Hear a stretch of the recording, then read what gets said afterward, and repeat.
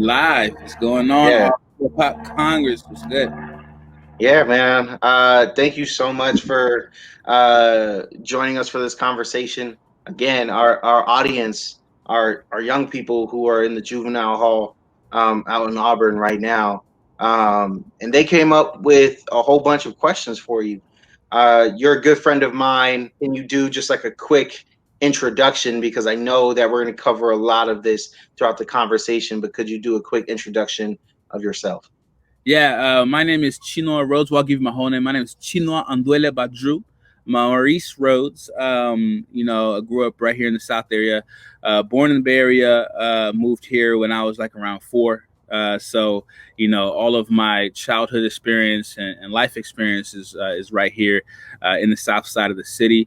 I liken myself to like any other person who grows up in our region, any other young person of color. My father, my mother, growing up, they split. My mom lived in the Bay Area. My father lived here, so I lived with my father up here during the school year, and in the summertime we'll go to the Bay Area or during holidays. And so, my father was most of my lessons growing up, and as a single father raising 2 black young men, my father was a very strict individual. But at the same time, he instilled in us a lot of things that actually led us to be very independent as we got older. I'm a father of 5 now, which is a blessing. And doing a lot of work in community and just seeing like how can we make the south side of the city the best it can be for the people who live in it. So that's me, and that's what we're here, I guess, to talk about. Yeah, man. You rep South Sacramento so hard out Yeah. here. It's really amazing.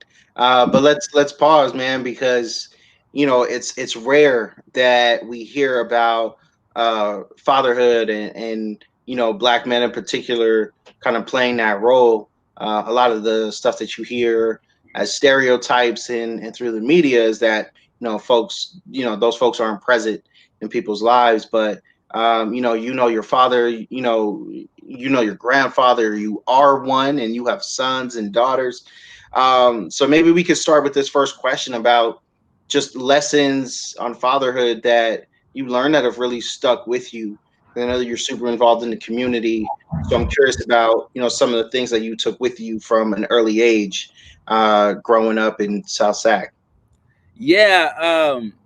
I guess when I first had we first had our little guy, Kingston, my first son, the eldest.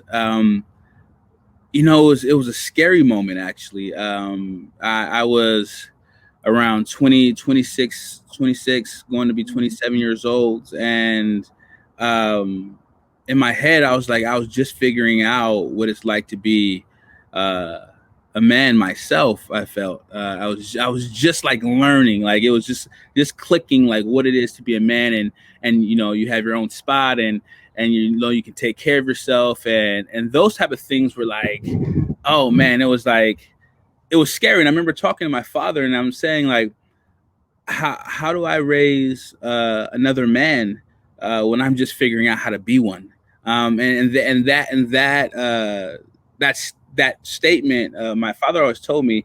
He just said, "Hey, what you need to do is you lead with love, and once you lead with love, then all other things kind of fall in place." And I didn't really understand that statement. I was working at least 2 different jobs. I was working youth development, and then I was also working like at FedEx at nighttime, just because I had a baby on the way. So I was like, I'm gonna do multiple things really quickly, and I was just trying to figure out like how to make ends meet, man, and how to provide.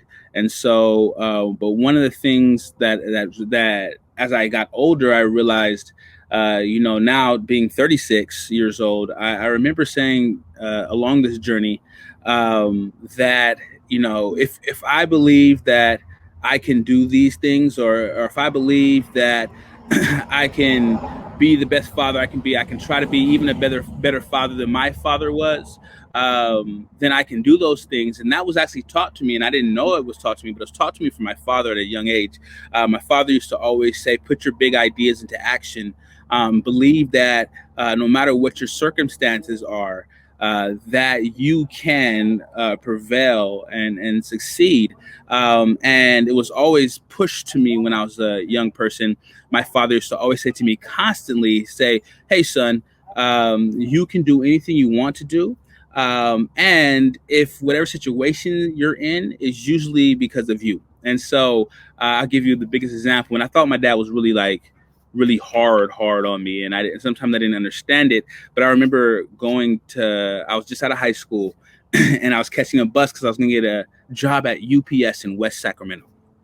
And UPS in West Sacramento, I went to a job fair, and they said, "Hey, lift weights for fun." And I was like, "Oh, I can do that." And so I was gonna catch the bus, and I caught a bus. I caught the bus 5, and then I think I switched to 51, and I was trying to get over to West Sacramento, and the bus line had some kind of delay, and so I left about an hour early, but the bus is like delayed for 3 hours, and so I called my father, and my father said, "I was like, hey, Pop, can you give me a ride because I'm trying to get to this job interview?" And he's like, "Well, why don't you catch the bus on time?" And I was like, "I did catch the bus on time." And he was like, "Hey, son, it sounds like you have a personal issue that you need to figure out." And he just left me to figure it out. At that moment, I was actually pretty upset. And obviously, I didn't get to the job interview. Obviously, I didn't work at UPS at that time. And obviously, I had to catch the bus back home. But as an adult right now, and knowing differently and seeing the world a little bit differently, is saying like, hey, at the end of the day, we have to take personal responsibility and for what's going on in your life. And even if something outside of us has caused us not to be able to get to where we want to get to, the real question is, how do you maneuver that? And life is always going to throw something in front of you that has nothing to do with you, and it's not your fault, that impacts you directly. And you still have to figure out how to remove that obstacle or maneuver around that obstacle. And my father taught us very young that it's our responsibility to maneuver around obstacles or remove obstacles. And it's also our responsibility and our right to understand that we can do those things, and we're not victim of our circumstances. And so that was very strong for me. And as a father now, I'm teaching my sons those same lessons with a little bit of grace tagged onto it. My dad was kind of like hardcore with it, but at the same time, those things are some of the things that were taught to me very early. Love, self accountability, and then the overarching belief that what I want and what I see, I can make into a reality. That's dope. That's dope. I I think about those kinds of lessons and how important it is to the rest of your work. I know that as early as a young adult, you started to get into education. So can you talk a little bit more about some of your work there, because you're running for school board now and they're literally counting the votes. So like what inspired you to get into education, and what inspired you to now take on that role of running for this elected office? Yeah. So I think that I stumbled onto education and youth development work. Uh, I was working at UPS because I went back and interviewed with them again and caught the bus on the right times, maybe a year later. And so I was working at UPS actually, and opportunity came through to where I was working like double shifts and doing all this stuff. And my counselor at the time in college, he was like, "Hey, you're taking like you're taking all these classes. You're not doing quite good in some of these classes. What might be the issue? What's going on in your personal life?" It was Mr. La Chica. And Mr. La Chica, if you've been to Sac City College, you know he is. He does. Like he's an amazing person. Anybody who's been to Sac City, anybody that's part of Let's See, anybody, all those folks, they know Mr. La Chica. And so Yeah, no, can you? Sorry, we shouldn't do abbreviations. So what when you say let's see, like they don't know what it is. Yeah. Low End Theory Collaborative is a group of educators who are also hip hop heads that work collectively to push forward positive things for youth and an education system. But they all kind of like went up through that process, and a lot of them are counselors or teachers on the Sacramento Unified. I'm sorry, at the CSU. I can't even say abbreviations, can I? No, that's Sac City. They're Yeah, they're all all professors, counselors at Sac at City and Sac Sac State. State and all those type of things. And so one of the cool things about Mr. Chica is he was basically like asked about my personal life, and he was like, "Hey, what's going on?" I was like, "Hey, I'm working all these jobs, and because I want to save up money, because I want to continue paying for my own spot, this and that." And he was like, "Hey, you should take some time off from that and see if you can put something in play to where you're take a break." And so the union that was part of UPS allowed you to take some time off for school and still come back and have your job. And so I did that. And through that process, I actually started working for an organization called Sacramento Start, the START program. And during the START program, it was it was a moment where I actually started to see my impact and what it could be. Me being a black guy from a young black man from the south side of the city, and then working with youth, other youth of color from the south side of the city, it just resonated differently. And I had some really tough experiences that helped me to solidify, I think that I need to go deeper in this work that I'm doing, and not actually, continue to work at UPS. And so I went deeper into the work, and that what kind of like brought me into youth development. Is the actual the moment of like serendipity of a counselor saying, "Hey, you should try something different and something that works better with your college schedule." But I got into that work, and then I had the biggest experience. The biggest experience I had through that work was a student that I had to deal with, whose parents were constantly gangbanging on me. His uncle would come in. He would like say all this kind of crazy stuff. Say his dad's gonna come beat me up, this and that and the other. And I was at work, and I just thought, I talked to my manager at the time, and I was like, "Hey, I don't want to fight people, but I believe that this kid's parent wants to fight me." And so I was coming to work like thinking I have to fight somebody. I didn't know what was going on. And I remember I said, "Hey, can we talk to the parents? Can we have some intervention here?" And I like, "Can I just get the kid out of my class?" All of these things would happen every time I went to work. And it was really from one student. And I was like, "Man, I just have to get this student out of my class." And the thought process, being new to youth development, was like, this student is causing issues. And so I talked to my manager, and I said, "Hey, I'm not trying to be at work fighting people. This is the issue. This is what's going on. I need some assistance here. Can we bring parents in?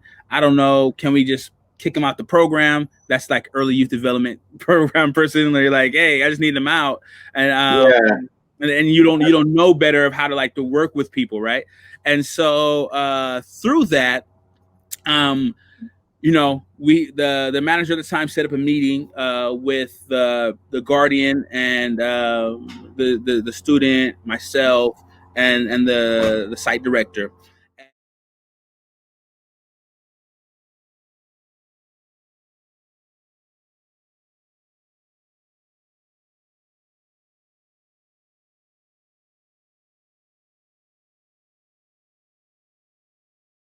And he's been having issues of lashing out and some other things going on. So that just lets you guys know that's what you're dealing with here. And I was shocked. I was embarrassed because I felt like growing up I've went through things, but I've gone through nothing compared to this young man. And also I just understood that there's so much more work that I have to do personally, but then also what who I could have been for the individual, that young man, outside of the situation, to really help heal. And that's when I decided, like, I need to, like, go, like, into this work even deeper and understand that the youth that are coming in and coming into our programs and working with us are dealing with so many things, and we need to have they have to have multi tiered systems of support, and me understanding the neighborhoods they come from, and the backgrounds.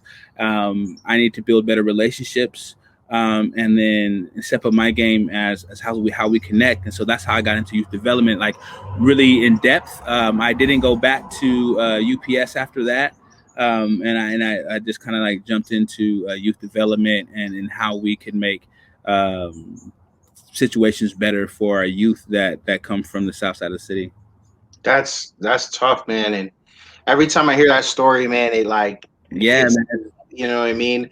And I think that when you have experiences, not just like in your own personal life, but then when you are working with young people and you hear their stories, it drives you, it just motivates you to really care and to really be on just all your P's and Q's, how you show up for people just fundamentally changes when when you understand those stories.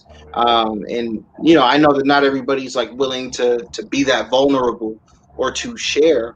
Um, but for you at that point in your life, you knew that things were happening in the world, but it's easy to kind of uh, distance ourselves from that level of reality. And it seems like that situation kind of brought you right back to the things that are just truly important in people's lives and in the community. So, you know, I can see how that committed you to that work and education and that commitment to young people. I can see it and understand how that deepened your level of commitment there. What Yeah. shifted for you from like working in after school to then running for school board? Like that's a huge change. So I'm Yeah. curious if you could talk a little bit about that shift for you and Yeah.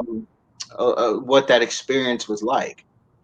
Well, from working after school programs, so I went from working after school to working in after school programs for a long time and youth development programs for a long time, and shifted to working in community around housing and like business, and actually doing housing projects and things like that. And then going into community organizing around housing and youth justice initiatives. And so that kind of breadth of what I learned over those years, and being Parks and Rec commissioner for District 8. So going around and seeing kind of how systemically we have issues that we're not addressing, and how a lot of time as organizers, and as my time as organizers, we're organizing for people to make change.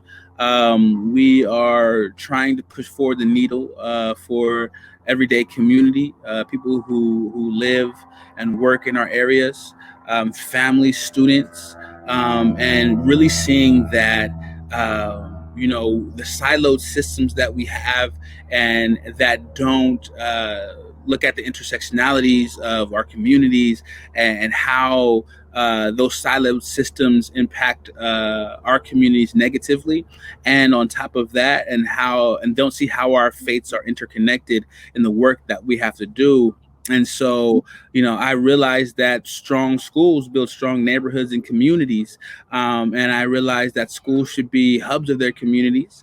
Where youth development opportunities, health and social services are not seen as complementary, but are ingrained into our district's DNA. And I literally believe that to be the case. And so, with that as a sturdy belief or North Star, I felt like having an organizer, having a neighborhood voice, and someone who comes from this part of the city and has unique lived experience and working with people and youth from this part of the city, I felt that I would be a good representative in the way we need to change and what we need to really do. And so, put my hat in the ring, and uh, put my effort forward, and we were able to get a lot of Yeah, support man. and build broad coalitions. So that's why I moved in this direction. Yeah, and I think we might have to rewind a little bit because I know that you use a lot of words in there that are that's like jargon Yeah, for schools, but you talked a little bit about starting businesses. yeah. And I know that you like left your development spaces to then get into the business world, and you had some business experience and kind of working with the city before you jumped to the school board. So let's rewind to some of that. How'd you get started into business, and what did it take to build your career? And so business. Okay, so I think I got started in business out of necessity. Um, you know, and creativity. I think that one of the craziest things that I ever did was, we started a clothing line first. I remember starting a clothing line, and it was called Uncool, and it was just me and a guy I knew from me and Levon, and we both worked at Boys and Girls Club of Greater Sacramento. I was a program director. He was the teen director of the teen coordinator program. And I was like, man, it would be really cool to start a clothing line. So we did. And you And were also an artist at that time, right? yeah, So so like, I was doing hip hop music. I was director of the youth Boys and Girls Club with the programming, director of programming, and then also then got into doing a clothing line. And so I guess they kind of all fueled each other, but we built that clothing line, and we're getting on the news and we're doing that kind of stuff. Had one of the first pop-up shops, I think one of the first pop-up shops here locally in Sacramento before pop-up shops were a thing. And was building and it was going really well. And then from that experience, I was like, how do we like actually change our communities through like doing business? And I remember I left Boys and Girls Club, and I went through a program with the city of Sacramento called the Planning Academy, and which basically teaches you about planning, city planning, urban planning, and why the city looks the way it does.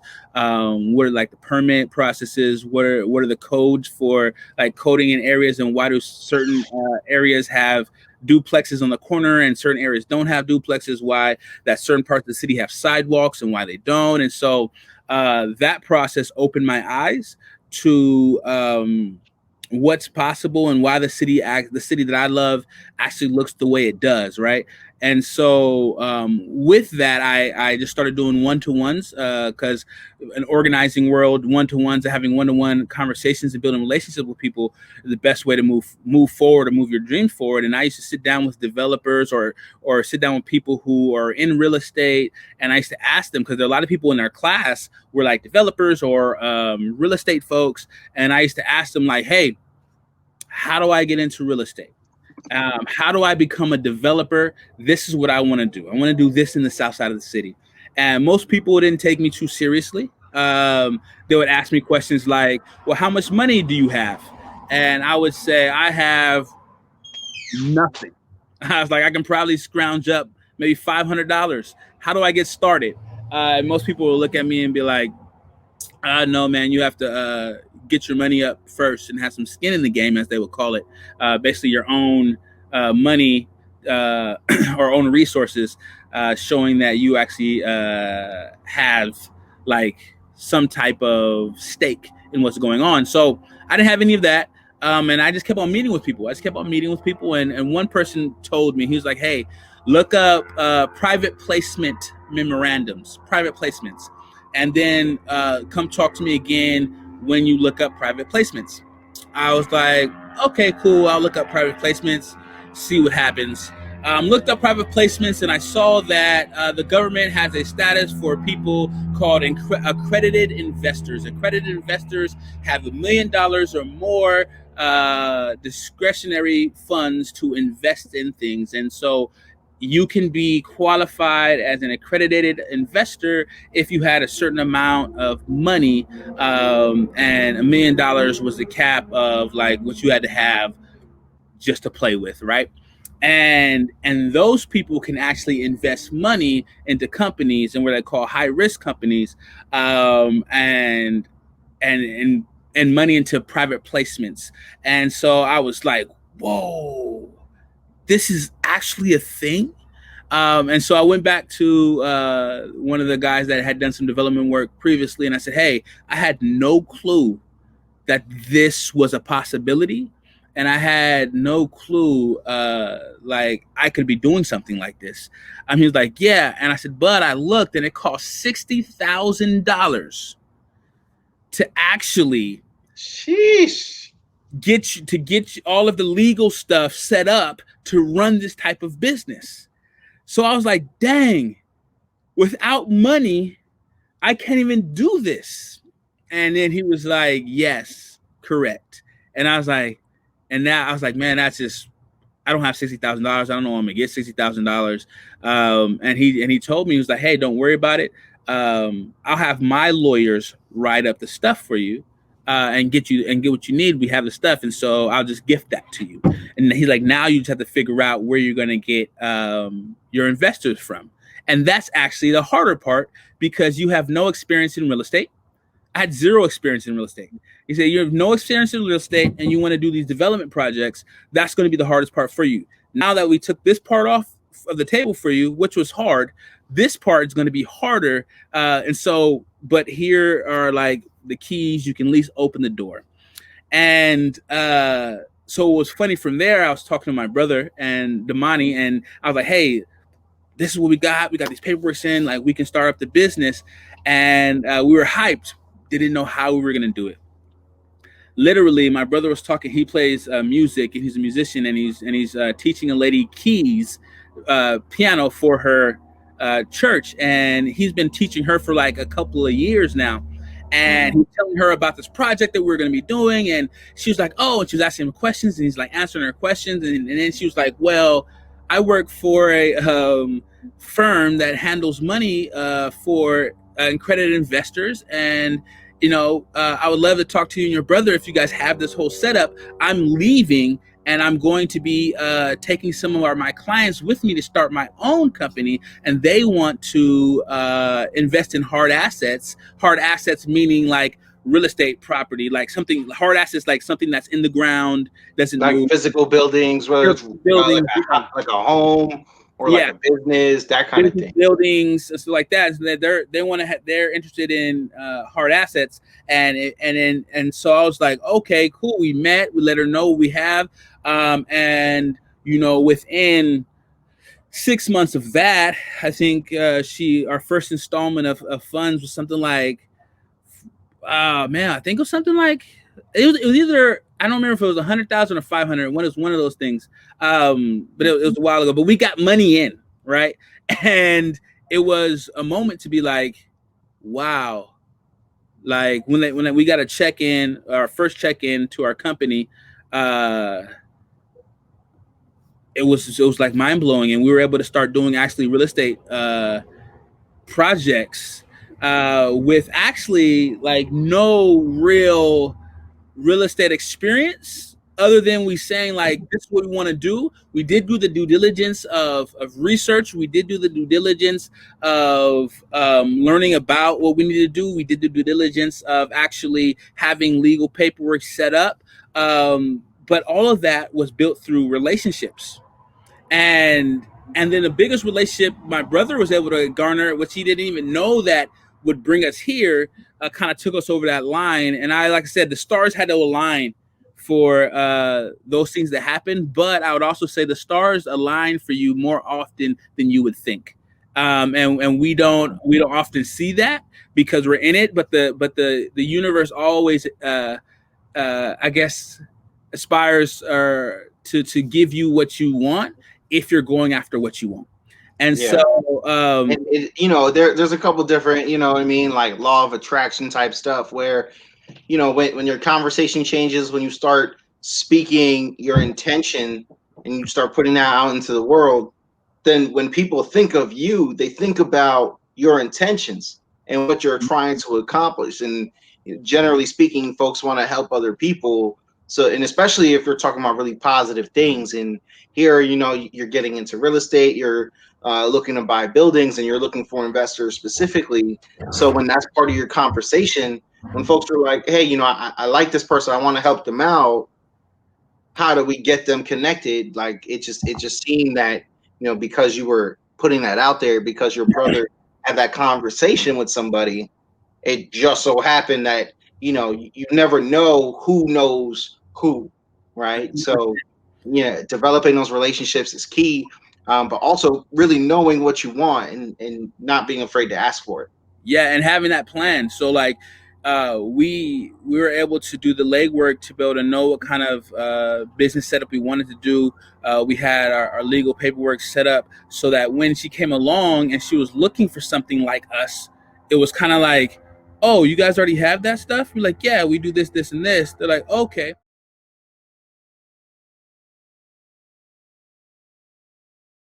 And Yeah. so people were just super excited to have that Did 50% annualized. did just quick question. So did you have to go and get your real estate license No, because you owned a company right. that was in charge of buying and selling homes? Yeah, we hire real estate people, but so Okay. being in so like we didn't even have to hire a real estate person actually. So like being a real estate investor does not mean you have to have a real estate license. It doesn't mean that you have to have You don't even need a college degree. you don't need any of that stuff. You don't need any of that stuff.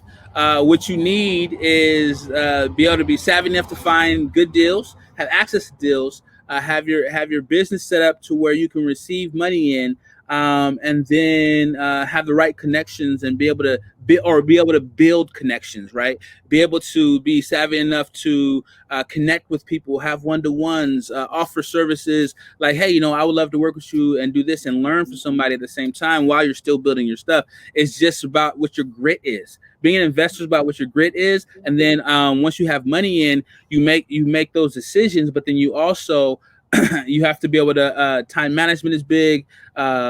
Performers are big, or performers are basically looking at like your numbers and being on top of your numbers and looking at those things. But you know, truth be told, when you're looking at a deal and you're kind of just breaking down the numbers of the deal and then how much money you have coming in, you can literally just look at like those numbers as if you're adding, subtracting, taking percentages away. So it's not even crazy math either. So you just have to be able to do those things to be able to make it happen, right? And so Yeah. it's So just it requires just like a basic kind of skill set where yeah, you kind of be comfortable with numbers, right? right. So there's a certain level of education, but you don't need to, you know, start doing calculus to figure out, you know, percentages and how to move money around on a budget. Like that's not super crazy. That's very you know, manageable And then process. most of it you can you can learn as well as you're going through the processes. You know, when I first started, I felt like, oh, so maybe I should get my real estate license, and then I realized that wasn't necessary. And I also realized when you're trying to sell a house, that if you don't have to necessarily go through your traditional real estate agent to actually sell a house. There's different models to that as well, and you know, that 3 to 4% that you pay to a real estate agent, you can actually defer that and then keep that inside of the money that you get back from when you sell your house. But I guess that's the nuances of it. But no, like that is a really big deal. We're able to do that and like That's go huge. through homes and do that kind of work. But it's really about just getting out there. Most of the time, really about getting out there and doing it and trying it, failing, and moving forward and being okay with failure through the learning process, because there's always a learning curve, but that should never stop you from learning. Yeah, yeah. It seems like you weren't afraid to take the risk to jump in. and you did that. You were able to learn along the way, and you were just smart enough to know a good deal when you see it. I think that judgment is really important. I know that this isn't like a real estate master class, but you went from developing homes and turning them around in your community to then starting up a couple other businesses. You started getting into some other stuff. Can you share a little bit about, kind of your, return to the music space that you were playing a different role? Can you talk a little bit about that? You're Yeah, working yeah. so far down. So far sounds. It was a very interesting experience because I come from a practitioner background of being an artist, means that practitioner meaning that that's like what I did was an artist, writing, performing, and doing all of those things is Mm-hmm. where I came from. And so the management side of like the music business management side was totally new to me, and working with artists in a different way was totally new to me. And so when we did So Far Sounds, it just happened to be that I realized pretty early we brought it to the city because we were thinking like, hey, having small crowds and artists being able to perform in front of small crowds that are completely quiet, that are there for the music, would be is what the city needed. But then I also realized going through the process that artists also have learning curves on the business side of what music is, and usually artists aren't very savvy in how the processes goes, and sometimes naive to the processes, and so I found myself more in the music industry guy, and it was weird when I didn't even know it until I realized it, and I was like, oh, so I went from an artist to the guy that books artists and like does all the stuff, and like the conductor guy. And it was a weird moment because I was like, oh, I am now no longer the artist. I am the music industry person. Um, and, Yeah. and, and so that change was different, but it also gave me access to so many other things outside of being an artist, that was interesting as well. I think one of the biggest access points was people wanting to work with me to bring in artists, right? And or people wanting to hitting me up from the city, or people hitting us up from different organizations and saying how can we kind of recreate what you're doing, or how can you help us bring people out, or how can you Arden Mall, can you get 100 people to come to this event because we need your help because you guys been packing out your shows at 100 people at 8 nights a month consecutively.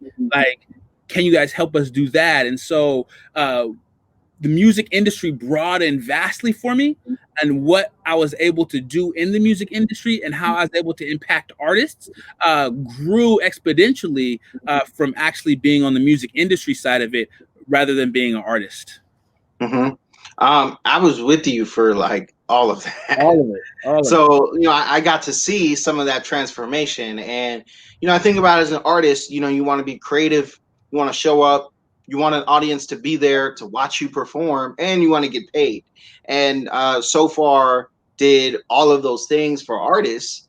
But the other side, the flip side to the industry, and this is just to break down a little bit of some of the stuff that you were juggling and managing, is one, nobody knew the company, so you have to like build it and leverage kind of the brand and the reputation to create opportunities, right? You needed to find a place to do these shows, and sometimes there were people's homes and backyards, living rooms and backyards. Other times there were small businesses or larger companies that were willing to host an event like this. Mm-hmm. you know um, there's all the contract work, all the liability stuff, the insurance paperwork that goes, into that, and then there's all the payroll stuff, and all that stuff is stuff that you had to manage kind of behind the scenes, Yeah. that artists don't even think about. And then growing your team. We were able to hire people, after a few years of doing this work, but it took about 3 years, of like volunteer, work before getting to a place where you could hire people to do the jobs. Yeah. And just watching that whole experience and committing to that process throughout the entire experience, there's a lot of sacrifice in that. It's not like starting a business was a easy thing to do. Yeah, I think well, my hoodie says it. It says, you see, there's a price tag right here. It says greatness, the price tag of greatness is sacrifice. So Mm, you actually to be great at anything, there's going to be a lot of sacrifice. And as you're talking about it, you don't really see all those points and the build that you have to build until like somebody pointed out for you, right? But yeah, um, we found out earlier, very early in the process, that music and art actually are essential to business, and we could actually activate businesses with our shows way better off than some businesses could activate themselves. And so we understood that at a certain point, us bringing in 100 people to your location, and sometimes, if we go into a business, we'll say, hey, it's not BYOB. We're asking that you support this business. And some businesses were making more money than they would make on the regular day just by having So Far Sounds in the space for an hour. yeah, and BYOB is just bring your own beverage. Your own beverage, yeah. So yeah, so most of the shows were like, you can bring food and snacks unless we were doing a show at like a restaurant or someplace that offered that kind of thing. Right. So yeah, 100. you can keep going, man. Right. And so we're able to build, and it became something that the city, I think, vastly took on in a positive light. And we were helping business, we were providing experiences, and we were getting artists an audience, while paying them to come and play. And there's always pros and cons to all of those things, but I believe that we moved with best intentions to make sure that we're uplifting our artist community, and that we were also providing service to the businesses and people who came to our shows or helped put those things on. And so it was a beautiful experience, and it just showed me how much people are looking to connect, and that service in itself was amazing. So I would say, from being an artist and being on the industry side of it, as I get older, I would lean to the industry side of it, and because I'm still an artist, and being able to promote and share experiences, still scratch that itch of artistry for me. I believe that's like what it did mostly. I said, but if I had a choice currently, I think I would lean towards the business side of it, because I believe that I can make a bigger impact in my current situation on the music industry side of it. Yeah. So you don't just have to be an artist or a manager or some of those executive kind of positions and seats behind the scenes. Yeah, Actually have a lot more power, influence. So that's some of the stuff I think, young folks should consider. And yeah, man, I know that we've been talking for a while and we're kind of getting close to the end of our conversation. I think I have maybe one or two more questions for you. all love. Um, can you help paint the picture, the timeline for just the folks who are going to be seeing this, um, because when you were younger, when you were working that job at UPS, how old were you? 18, 19? 19, yeah. 19? So then you got into education, you were maybe 19, 20-ish. 20, yeah, from 20 to like around 26. I was, So a few years there, enough to get like some really good work experience. And then around 26, 27, you pivoted out yeah, of education into your real estate work.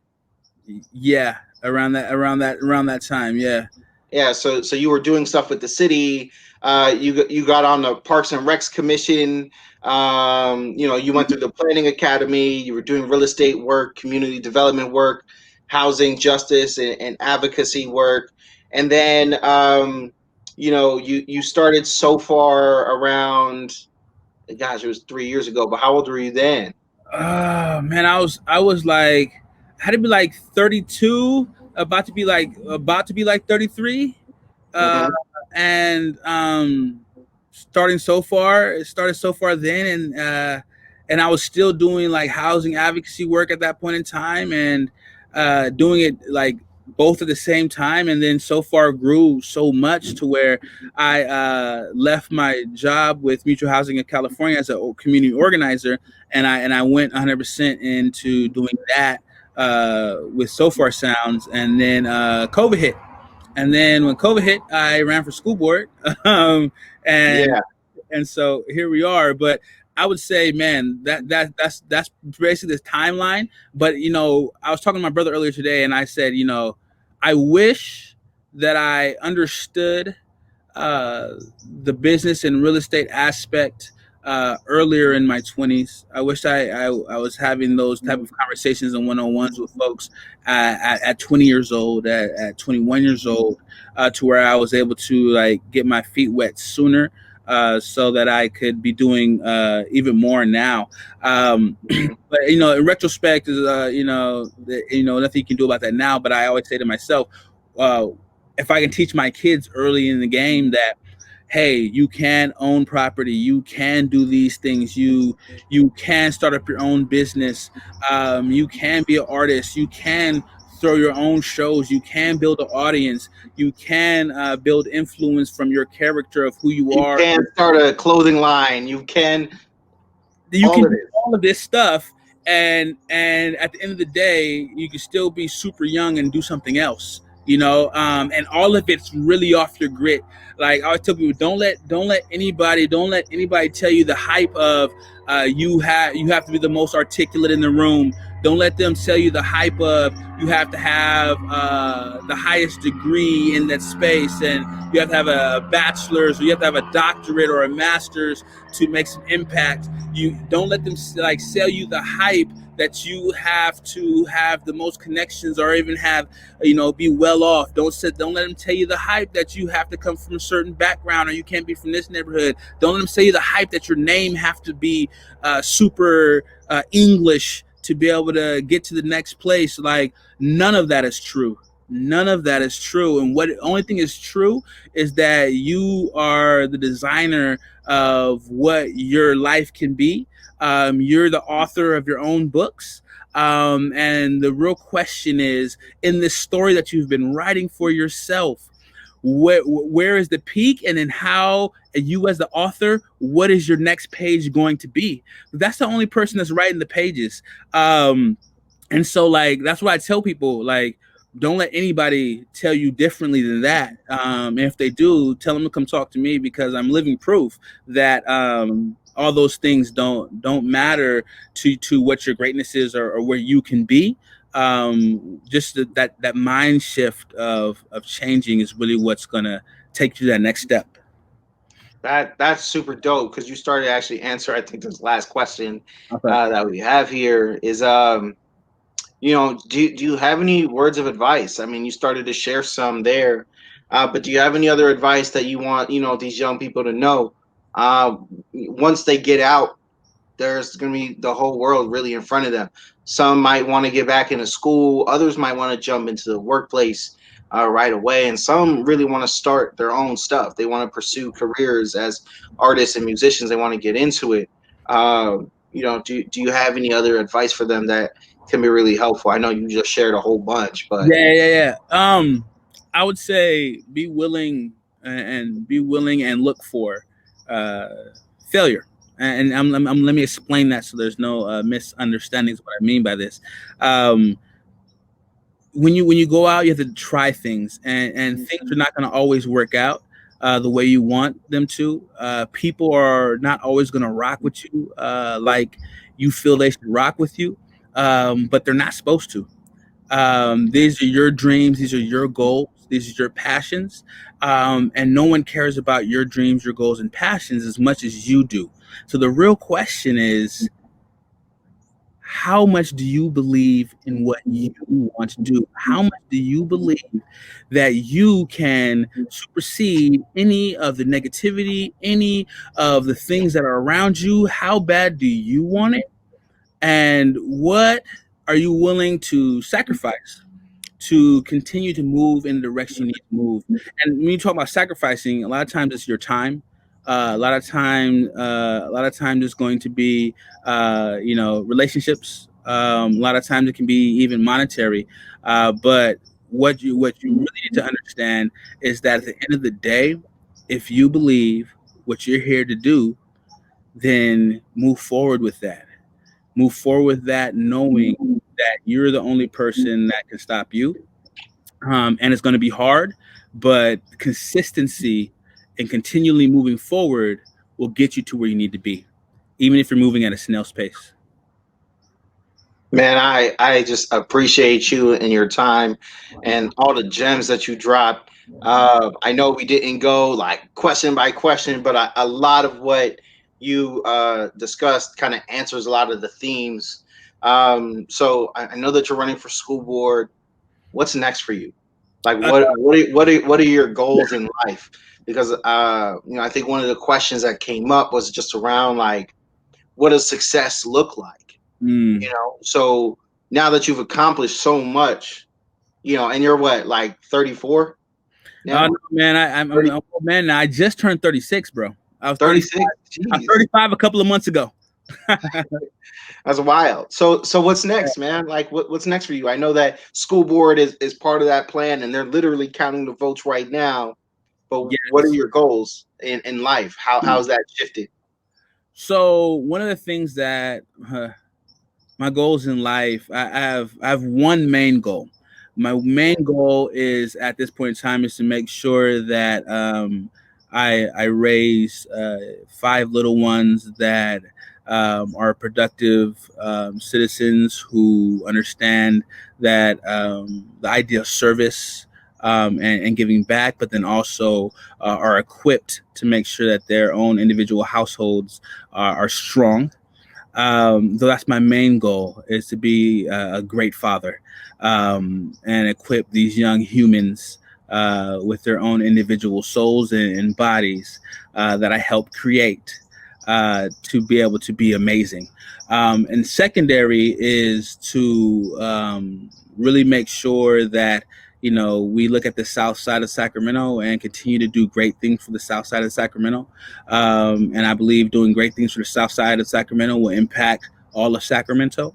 Um, but also goals for myself is continue to build out businesses. I look forward to we have a goal of personally. I have a personal goal of saving within the next 4 years, and to give myself some space, just an extra 100K just to throw into projects. I have 100K theory of like, once you get 100K, you can leverage that 100K to move and do other things. And so it's kind of like, okay, well, let me just the goal of 100K to put into some other projects, because we're doing localized stuff, but I really want to get into doing apartment complex work, small like fourplexes, and then moving up into doing actually bigger projects in real estate, like apartment buildings, and things like that. But it's family, South Side, and then business. When it comes to school board, it's how we impact the South Side. I don't have any other aspirations politically, but right now, if it impacts my city in a certain way, then possibly. But right now, my political aspirations in school board is literally how do we impact the South Side the best way we can. So Yeah. me. Yeah, and I know because we've had these conversations that, if you're elected to school board, you plan on being there, pretty long term, over a decade, or 12 to 15 years, something that's really meaningful and impactful as opposed to just a one term and then I'm out sort Yeah, of deal. So, no, we proud of you, man. I'm looking forward to your work. Thank you so much for this conversation. This is where we're gonna end the broadcast. So just thank you again so much for your time. So Much love, y'all. Thanks for having me on, Paul. Always a pleasure. Yeah, man.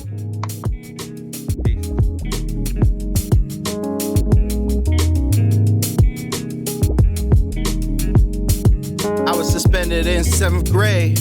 Road that always paved in gold. I couldn't save my soul. Adrenaline like a tidal wave. Might have thrown it all away. Carrie begged me to stay. Your mama ain't coming home. Don't pick up the phone. It got to set straight. But I'm 15, just begun to dream. Life ain't always what it seems.